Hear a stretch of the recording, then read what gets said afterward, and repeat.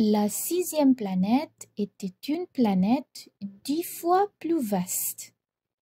Elle était habitée par un vieux monsieur qui écrivait d'énormes livres.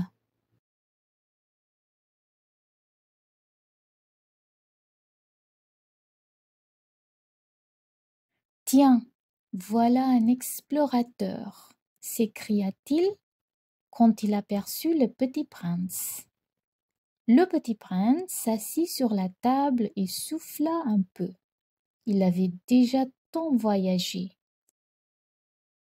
« D'où viens-tu » lui dit le vieux monsieur.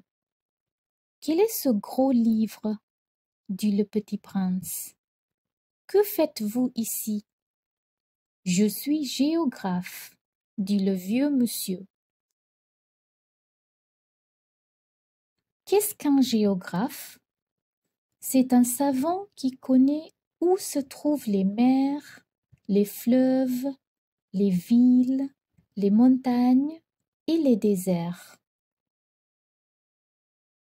Ça, c'est bien intéressant, dit le petit prince. Ça, c'est enfin un véritable métier.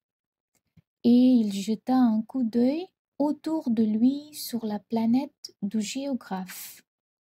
Il n'avait jamais vu encore une planète aussi majestueuse.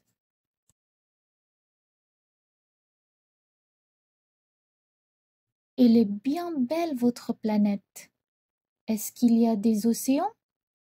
Je ne puis pas le savoir, dit le géographe. Ah! Le petit prince était déçu. Et des montagnes?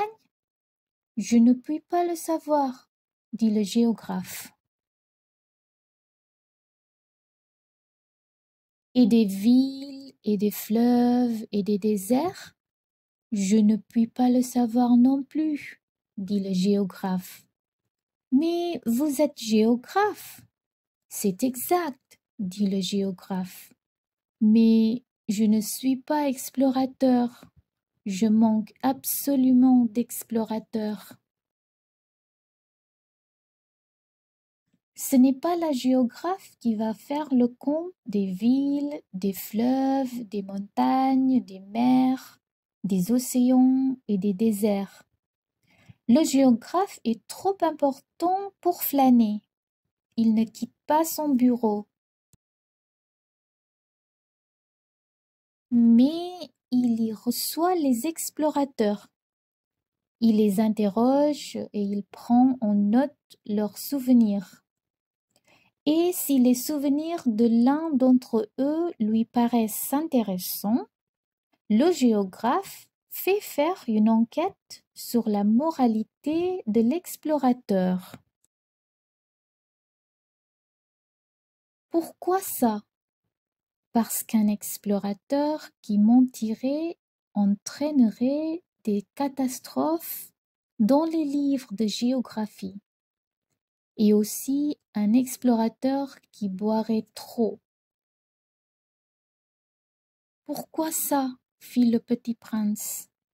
Parce que les ivrognes voient double. Alors le géographe noterait 2 montagnes là où il n'y en a qu'une seule. Je connais quelqu'un, dit le petit prince, qui serait mauvais explorateur. C'est possible.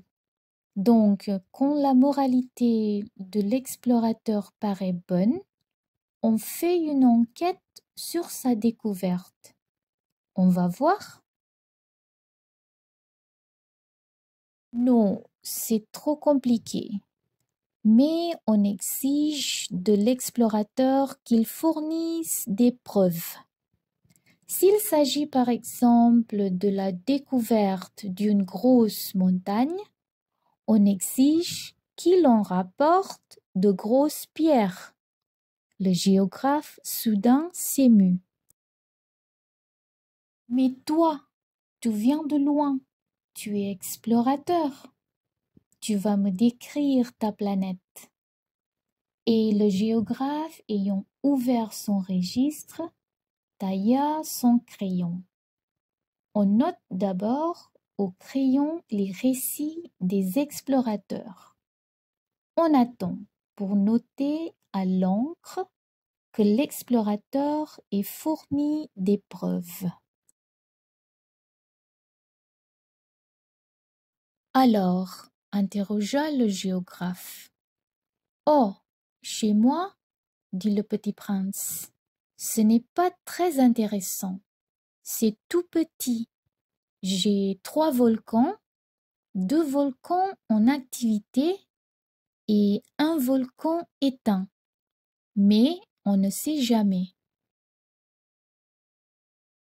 On ne sait jamais, dit le géographe. J'ai aussi une fleur. Nous ne notons pas les fleurs, dit le géographe. Pourquoi ça? C'est le plus joli. Parce que les fleurs sont éphémères.